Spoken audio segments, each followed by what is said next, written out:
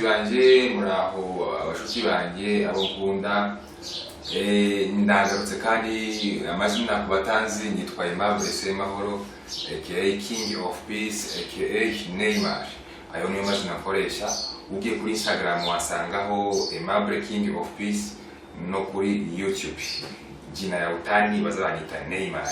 Rero nkaba ngarutse kandi kuri za nkuru zacu zatangaje isi. Hari inkuru zinshi zagiye zintangaza mu buzima ngene zandika mu kino gitabo cyaje kugira ngo nzazigira abantu. Ubushize nababwiye ku nkuru y'ikibwana cyacu kuntu cyapfuye cyishwe n'ubucafu bw'umuturanyi waje. Rero kubaritegeye n'abataragitegera mugende mu kirebe. Rero abantu bagende bareke ubucafu kugira ngo batangiriza ibidukikije, bazakora amasuku mu bikweto no mu mitwe n'ahandi hose. Isuku ni ngombwa. Uno munsi kubera hari abantu basabye kubabwira izindi nkuru nyine kungira nishi, ubu ngubu mfite kubabwira inkuru y'abagabo babiri hamwe n'ubusake. Iyo nkuru ndabizi neza kuko iza kugufasha wikurikirana. Iyo nkuru iragenda itya. Habayeho kera tugituye nyine iwacu.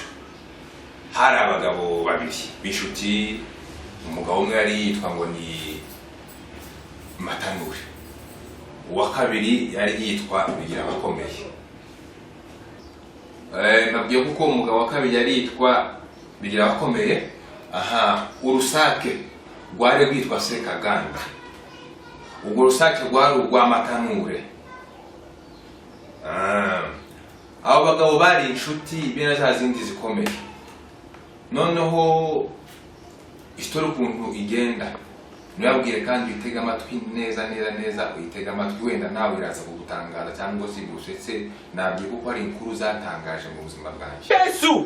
Umugabo umwe atekereza uwabo aravuga atereka aje kumusura bisanzwe iri haruguru iwacu, kandi uzi ko basuranaga wenda nko mu kagoroba niyo masaha yo gusura, n'abandi basuranaga mu gitondo.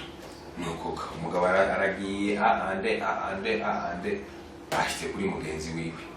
Amaze kumushikaho barinjiye mu nzu, aramukaribishije, amakuru n'amakini meza, murakomeye yo umuvuye. Nuko barangiza amakuru.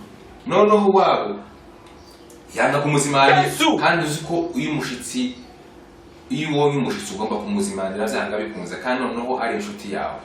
Noneho mugenzi wiwe amuzimana ibishimbo birimo na piripiri, urusenda. Barariye bamaze kuryaga, wabo kizamunezeza. Nigute nza gusura inshuti yanje warangiza ukangaburira ibishimbo? Byo ntibibaho. Noneho kubera piripiri yari bayiriye irabakora cyane kuko ikarishe cyane. Uwo mugabo Matanure yaragira izuru ringana gutya. Kumabura n'izuru kuntu ringana niko ryari ringana neza. Uyu mugabo kunta neza n'uwo Matanure niko ryari ringana. Naho uwo ngo Bigira Bakomeye arasa neza n'uyu nguyu kuntu mama uyu nguyu kuntu yarameze. Ubwo rusake nabo bwitwa mu Sekaganda nuko rwari rumeze neza. N'uru nguyu rwari rufite ibihwa hirya no rwari maze gukura neza rumeze nk'imyaka 5. Rusake rukomeye n'ukoka. Uwo mutipe arangije amaze gusura wabo, abona rwabo atamuzimanye neza. Aravuze ati yewe amasaha arageze yo gutaha, reka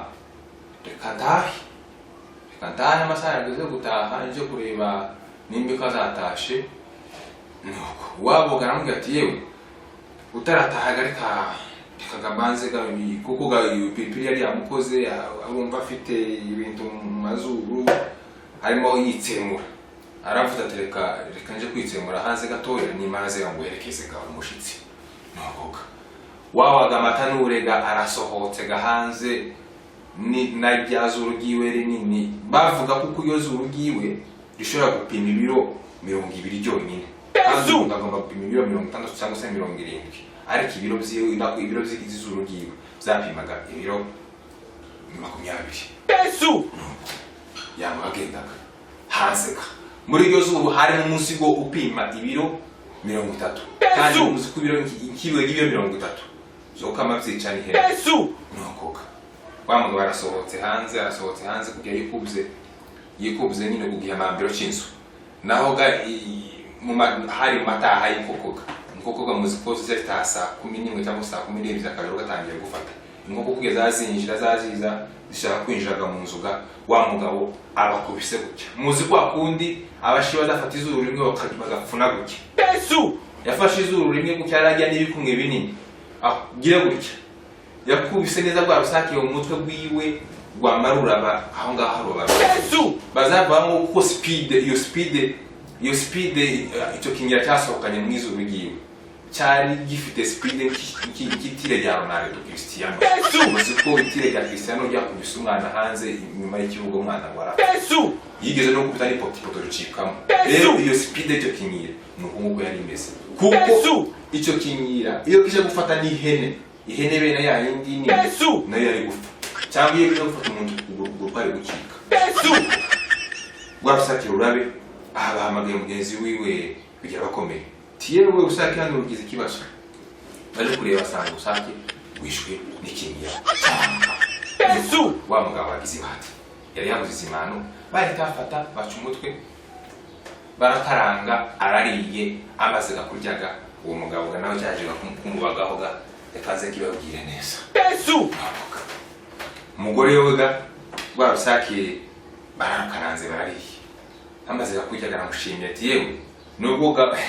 wakoze ibitangaza ariko ndariyiga nuko kapesa tayi wa mugabo bigira bakomeye yari afite inkoni yiwe umuzo be na wa wundi ukomeye wakorereye urumurayi kandi yarakomeye umugabo yarakomeye bazava kuko yigeze guterwa urushinge cyagiye cyo cyarika bava kuko abazungu bateraga urushinge bakamakomera burundu kugeza n'ubu ntaraka imyaka 20 nako 150 Yesu bamuteye urushinge irigakaza batera urushinge cyagiye cy'ukorona nuko kuburyo yirirwa genda ntaruke akigoreye imizigo Yesu kilo 200 kilo taruke nuko ayi kwanze wa mugabo kuko iwabo kugira iwabo kuva kwa matanure no kwa bigira bakomeye wari urugendo bw'amasaha 2 Yesu ukazamuka umusozi ukagenda umurambi nuko hagari maze kwira nuko wa mugabo bagira bakomeye arasohotse mu nzuga wabaramwerekeje wakoze kunzimana none kagatahika aragiye arakonkotse mu kavovo yitse mu kuzi ubwo ruzi babwita muri Manyema nuko ashikiga mu ruziga arakutse hakurya uwo musozi bawuzamuka isaha yose kandi wari umusozi uzamuka nkawe y'inamavi Yesu kujya ashitse hagati y'umusozi abona inyamaswa Yesu nikagashiri nakaragashiri yaruguru yacuga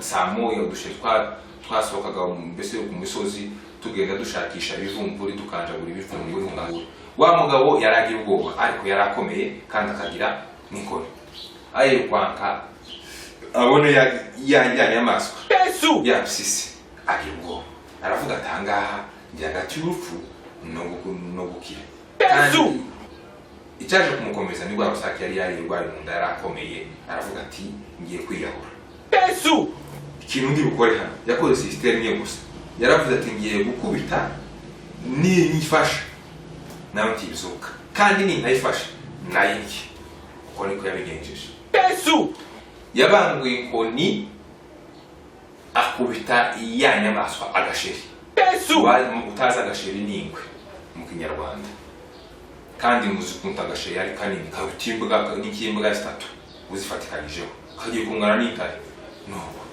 ahita akubita ka agasheri yamazamuka ande arazamuka yirwanka wa musozi w'isaha yose atareba inyuma ararengutse afashe umurambi nawo wari w'isaha yose ayirwa Yesu ashike mu nzu ntigeze abaza umugore we n'abana yamashika no mu gitanda araryama Yesu araryama buce mu gitondo aramubaza ati wa mugabo byagenze gute ko wamushikura aryama kutawuzo bamuje no mu murimo ati arabaza yewe kumara ndi muzima ndi muzima uri muzima Yesu kiringa ibintu zakubayeho nijoro yewe ikintu cyambayeho nagahuma nijoro navuye kwa matanure pura n'agasheri ni ibintu bibiri nimba nagafashije kikakiriho kandi nimba ntagafashije nyine uko kariho nagakubise ngo nimwe gusa y'ubwoba uwo mugabo ni ntawe ndarafukana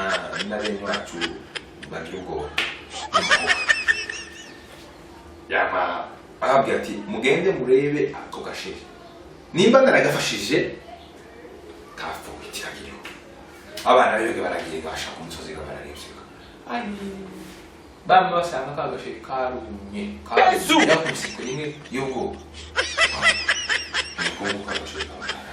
umugabo yokuriwe none ga ye mukore share subscribe na like kuri izi nkuru zaje kugira ngo muzoza mukomeza mwumvise inkuru ziza nizari izindi zaziza nyinshi zitangaje nimba utasetse kuri iyi nduzo waseka murakoze cyane.